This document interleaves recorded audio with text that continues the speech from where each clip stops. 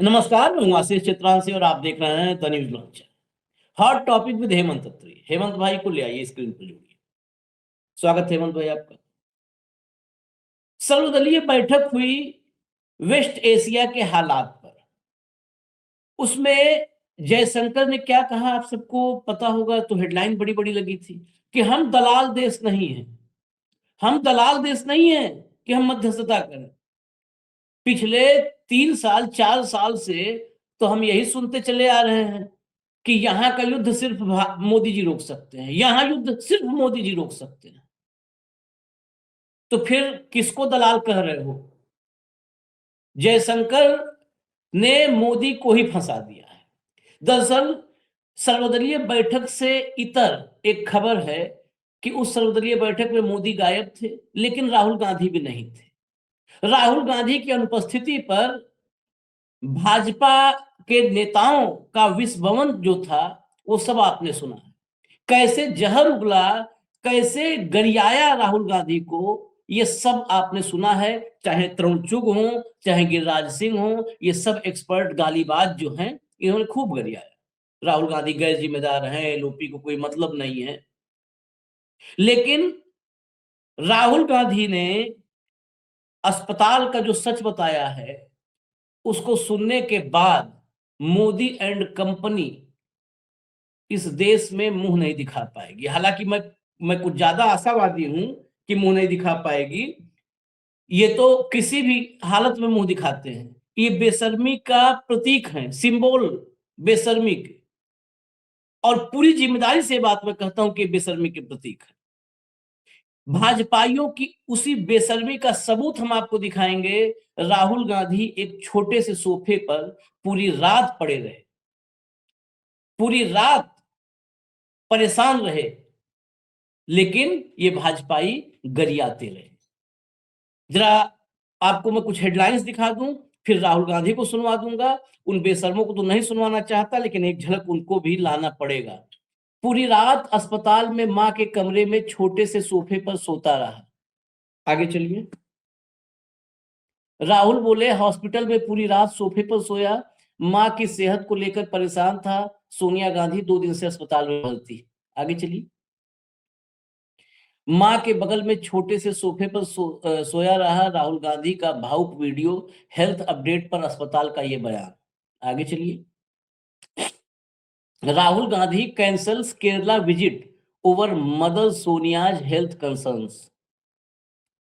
इस हेडलाइन को ज्यादा दिमाग में रखिएगा कि केरल का विजिट भी कैंसिल किया, रैली कैंसिल किया, जबकि केरल में चुनावी अभियान की शुरुआत थी। मोदी जी चुनावी अभियान की शुरुआत करना हो तो वो दुनिया का सबसे महत्वपूर्ण काम भी वो छोड़ देंगे। वो सोफा लेके, वो छोटा सोफा लेके रैली में चले जाएंगे। Rahul Gandhi to skip Kerala rally due to Sonia Gandhi ill health, Kharge to attend Kozhikode event. जरा अब राहुल गांधी को सुनवा दीजिए।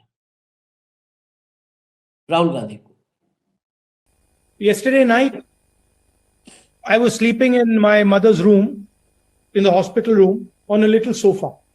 And like any son, I was extremely worried about my mother's health. And the whole night, I was only comforted by one thing. I was comforted by a nurse from Kerala who came in every hour to check on my mother. Every single hour she would come, she would check my mother, she would smile, she would hold my mother's hand. And I was thinking to myself, how many sons, daughters, brothers, sisters have nurses from Kerala comforted in their difficult moments? Early morning, I asked her, do you sleep at night or do you work the whole night? And she said, no, I do not sleep at night.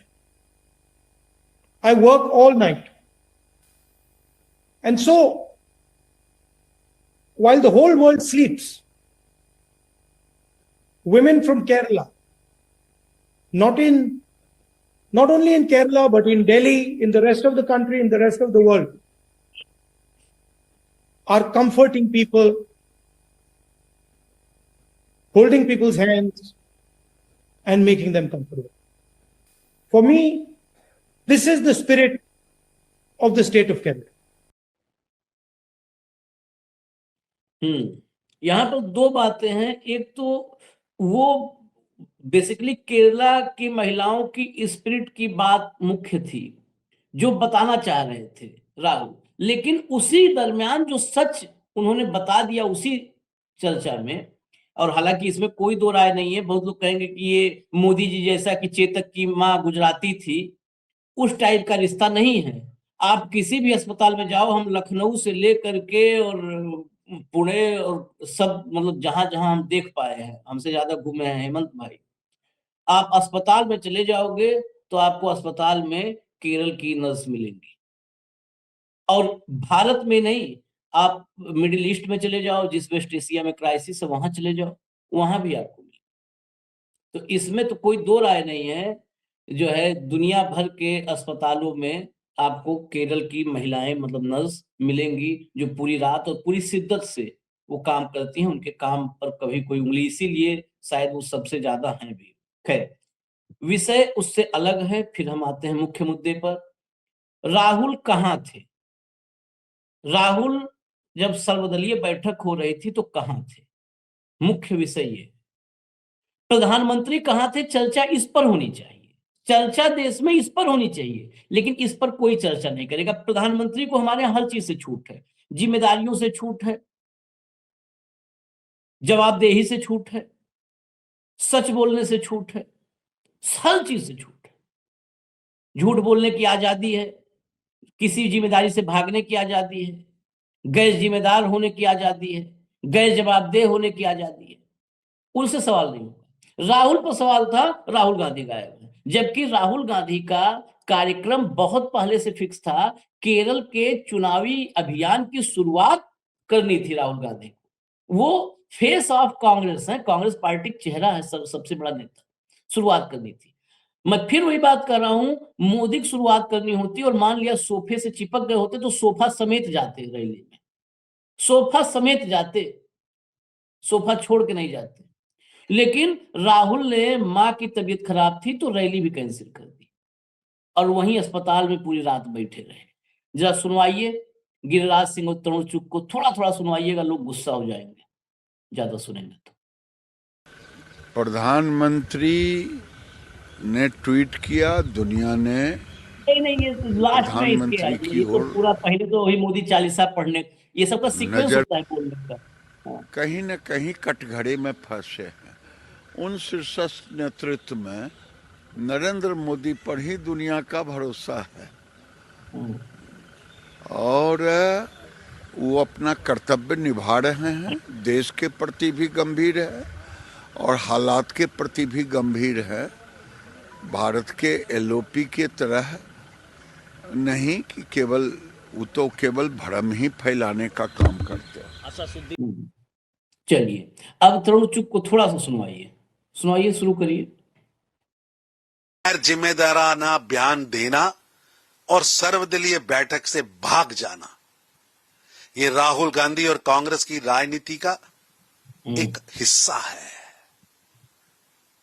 राष्ट्रीय मुद्दों पर भी राहुल गांधी देश को बदनाम करने का, देश विरोधी कार्य करने का एक हैप्चुअल ऑफेंडर की तरह आज खड़े हुए हैं। हर विषय पर देश विरोधी बोलना, देश को बदनाम करने का काम ये राहुल गांधी की आदत बन चुकी है। कांग्रेस के दौर में विदेश नीति कमजोर, सर्वदलीय बैठक से भाग गए हैं, देश विरोधी काम कर रहे हैं। अगर मां के पास बैठे रहना रात भर सोफे पे देश विरोधी काम है, तो वो इस देश में हम चाहते हैं कि इस देश में हर नागरिक कैसे ही देश विरोधी हो जाए। इन सब जैसे कि माँ को एक गिलास पानी दिए, पहले लाओ 20-25 कैमरामैन लाओ तब एक गिलास पानी पिलाएंगे। मतलब अगर कैमरामैन देर से पहुंचे तो माँ प्यास से तड़प जाए, कैमरामैन अगर देरी कर दे तो। हेमंत भाई। आशीष भाई नमस्कार, आपको सारे दर्शक साथियों को भी। देखिए कितनी दुर्भाग्यपूर्ण बात है कि आज पूरी दुनिया की क्या परिस्थिति है और हम किस बात पे चर्चा कर रहे हैं, लेकिन ये चर्चा जरूरी है ये चर्चा जरूरी इसलिए है कि इस देश के अंदर मानवीय संवेदनाओं को दरकिनार करके हर चीज पे जो सियासत की कढ़ाई चढ़ा करके और उसपे जो मिष्ठान पकाने का जो भारतीय जनता पार्टी संघ का जो षड्यंत्र है वो दिन रात अनवरत चलता है, इसमें कोई वो नहीं। आपने एक बड़ी अच्छी बात कही कि माँ किस काम के लिए है। माँ फोटो सेशन के लिए है, ठीक। माँ के वहां जब जाओ तो उतना वो करो, जैसे ही माँ चली जाए दुर्भाग्य से तो अपने आप को नॉन बायोलॉजिकल घोषित कर दो। जब तक माँ थी तब तक कैमरा शूट चलता रहा, कभी प्रधानमंत्री आवास के ऊपर, उसके बाद आपने देखा बैंकों की लाइन में नोटबंदी के दौरान, देखा होगा, याद होगा ना उसी, अपनी माँ 75 साल की माता जी को, 75 से ज्यादा ही रही होंगी, उनको लाइन में खड़ा करना। उसके बाद हर गाहे बगाए हर मौके पर हर चुनाव से पहले एक ऑप्टिक्स, फोटो ऑप्टिक्स क्रिएट करना, एक वीडियो जारी करना, और उसके बाद जब उनका निधन हो गया तो एक बार अंतिम संस्कार पे जाके फिर दिखाई ना देना। ठीक, हमारे यहाँ तो बहुत लंबा शौक होता है 13 दिन का, और लेकिन वो आपको पता है सारी बातों का। एक वो पक्ष था। माँ केवल फोटो ऑप्टिक्स की चीज है, जब वो चली जाए तो अपने आप को नॉन बायोलॉजिकल कर दो। राहुल गांधी की कल कालीकट कोझिकोड जिसको बोलते हैं केरला में, वहां पर कल प्रीफिक्स रैली थी, चुनाव कैंपेन की शुरुआत हो रही थी केरला के कैंपेन की। आपको पता है वहां पोलिंग है बहुत जल्दी। उनका दोपहर को 12 बजे ये पूरी स्टोरी फ्लैश हो गई थी, मैंने इसलिए दिखाया भी कि राहुल गांधी वहां नहीं जाएंगे। कल शाम को भी हमने चर्चा की थी, क्योंकि उनकी मां मंगलवार की रात से दाखिल है, उनको काफी सीरियस प्रॉब्लम है, अपने चेस्ट की इन्फेक्शन है, जब अपने अस्थमा की, और यूरिनरी इन्फेक्शन भी है। अभी जब मैं और आप बात करें आधा घंटा पहले उसने अपने जो गंगाराम हॉस्पिटल है उसने ट्वीट करके उनका हेल्थ बुलेटिन भी जारी किया। तो she is responding to antibiotics now and she is stable that way. एक परिस्थिति वो है कि किसी की मां दाखिल है, सबको पता है, सोनिया गांधी परसों रात को दाखिल हुई, मंगलवार की रात को, सारे देश को पता है वो दाखिल है। उसके बावजूद ये जाहिल जो दो आपने दिखाए, मेरा आपसे आग्रह है कि कम से कम मेरे शो में इनको मत दिखाया करो आशीष भाई, मतलब नॉर्मल होने में 2 घंटे लगे, क्योंकि या तो कोई लॉजिक की बात हो, मतलब आप क्या ही करोगे बताओ इनका, इनको थोड़ी बहुत भी लोक लाज नहीं है। अरे मानवीय संवेदनाएं, एक मां बीमार है और तुम क्या कह रहे हो, है? तुमने जो मोदी चालीसानी, मोदी 56, जो 100 जो करना है कर लो यार, कम से कम किसी की मां को तो बख्श दो। लेकिन ना, वहां पर भी सियासत करेंगे। और ये जो दूसरा आपने दिखाया तरुण जुग, ये तो मेरे ख्याल इसको तो स्क्रिप्ट भी शायद किसी फिल्मी टाइप की दे रखी है, जिस तरीके से बोल रहा था डायलॉग बाजी, आप सोचिए। कॉपी कर रहा था मोदी का। हाँ, वही वही वही ऐसा कुछ हो सकता है, मतलब क्योंकि प्रेरणा तो अल्टीमेटली वहीं से लेनी है ना। तो जिस पूरे इकोसिस्टम की चाल चरित्र और चेहरा केवल और केवल हर बात में चुनावी सियासत हो, वो क्या समझेंगे माँ की बीमारी। और जो ये गंगाराम हॉस्पिटल है, आपको ध्यान होगा मेरी मदर का भी यहीं पे नी रिप्लेसमेंट हुआ था, तो मैं वहां रहा हूं उनके पास। तो वहां एक छोटा सा सोफा ही होता है, एक हॉस्पिटल में होता, कोई 5 स्टार हॉस्पिटल नहीं है वो, पुराना हॉस्पिटल है अपने नगर में। तो वहां एक आधा सा सोफा होता है, पूरा बेड टाइप नहीं होता वो, उसी के अंदर आदमी लेट करके अपना जो भी अपना एज ए अटेंडेंट रात भर अपना करते हैं सब, तो वो भी रहे। तो राहुल गांधी ने जो इनका उस वो बात कहा कर रहे थे, केरला के लोगों से संवाद करे, जब वो जा नहीं पाए तो वहां उन्होंने खड़गे साहब को भेजा कि भाई आप रैली में चले जाओ, और फिर इन्होंने शाम को वीडियो कॉल किया, उनको वीडियो कॉन्फ्रेंसिंग से उस रैली को संबोधित किया, और अलग से कोई स्पष्टीकरण नहीं दिया। और उसकी शुरुआत यहां से की उन्होंने, ओपनिंग सेंटेंस, हम एक सेंटेंस मिस किए इसके अंदर, कि केरला के भाइयों बहनों, मैं आपके बीच में आना चाह रहा था, लेकिन मेरी माँ की तबीयत ज्यादा खराब है और उस परिस्थिति के कारण मुझे आना कैंसिल करना पड़ा। आप जानते हैं केरला मेरा सेकंड होम है।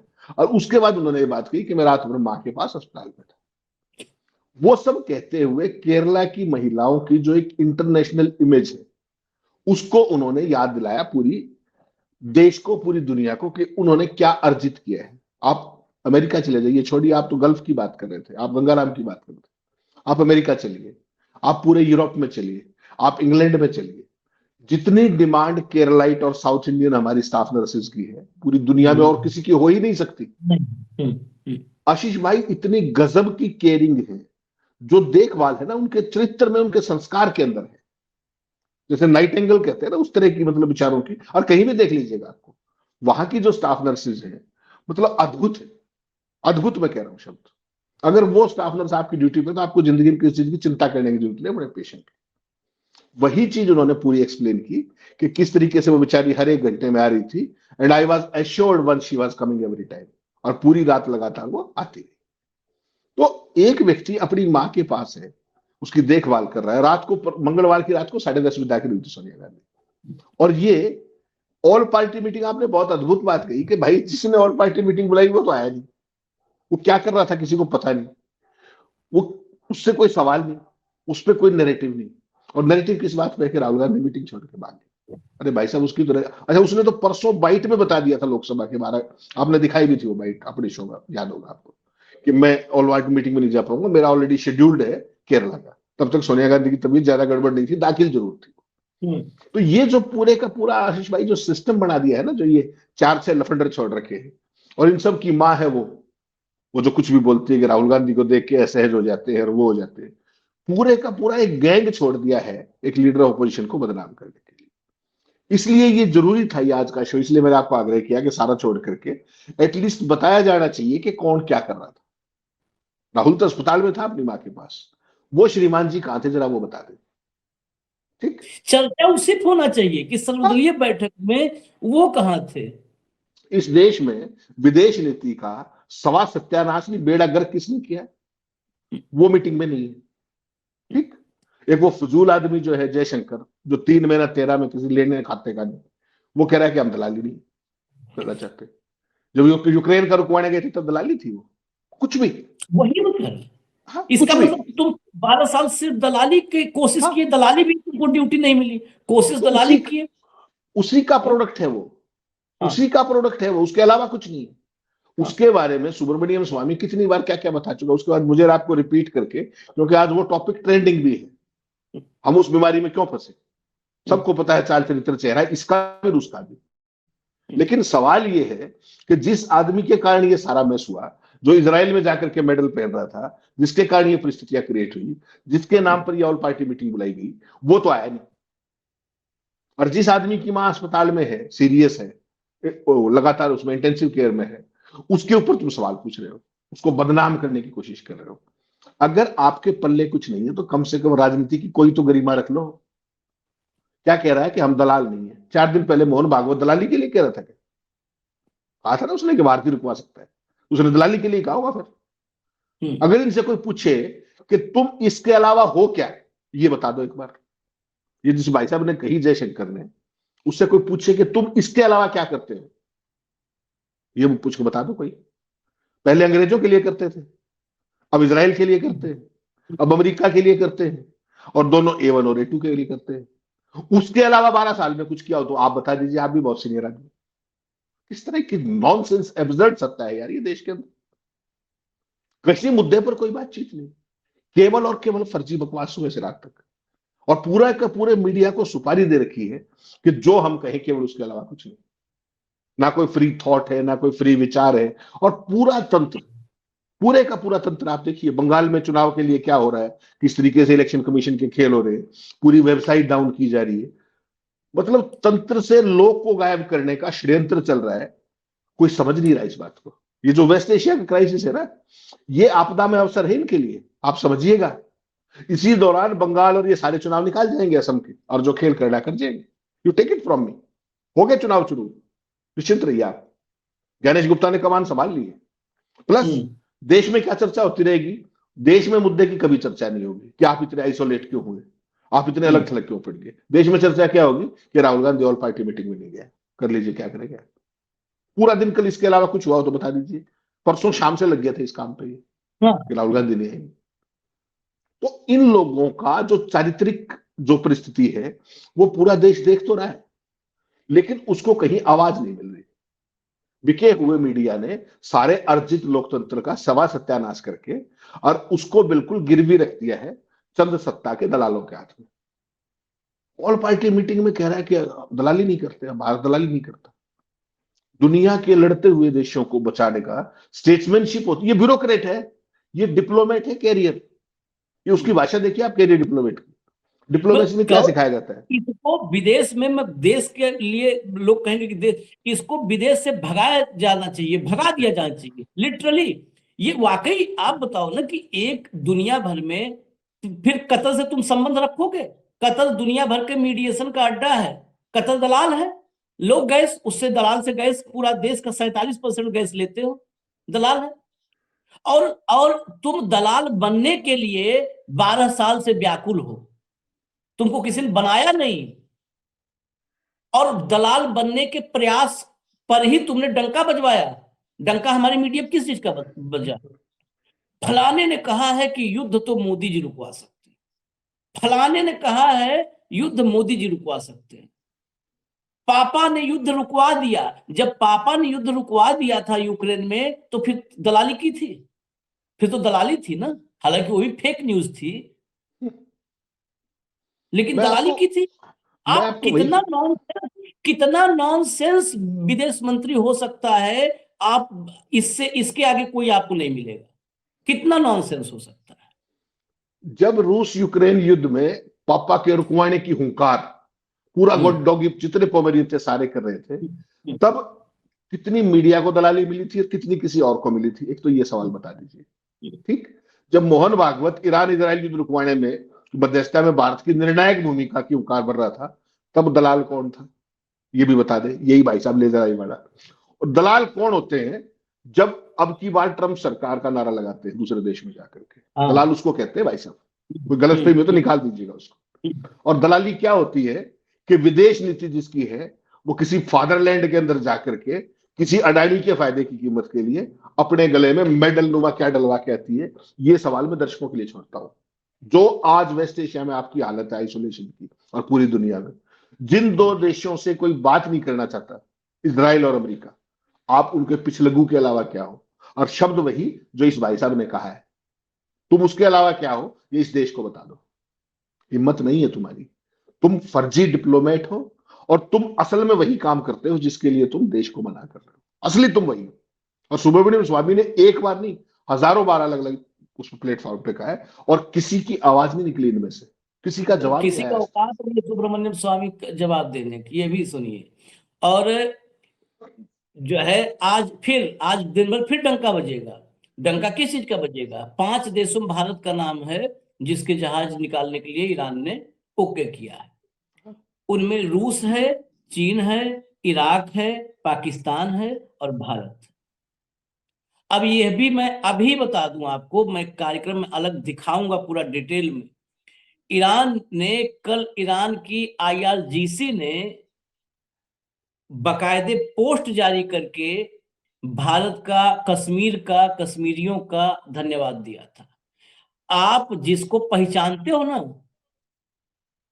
विशेष कपड़ों से, ये आप समझिए, ये ऐलान ईरान की तरफ से आया, भारत सरकार को भनक भी नहीं थी इसकी।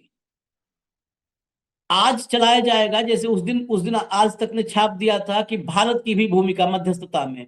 वो मैं हेडलाइन अगर हो तो दिखा दीजिए, तब तो आप भी दलाल की श्रेणी में। अब जाके पुरी से पूछो कि आपको दलाल की श्रेणी में क्यों खड़ा किया था।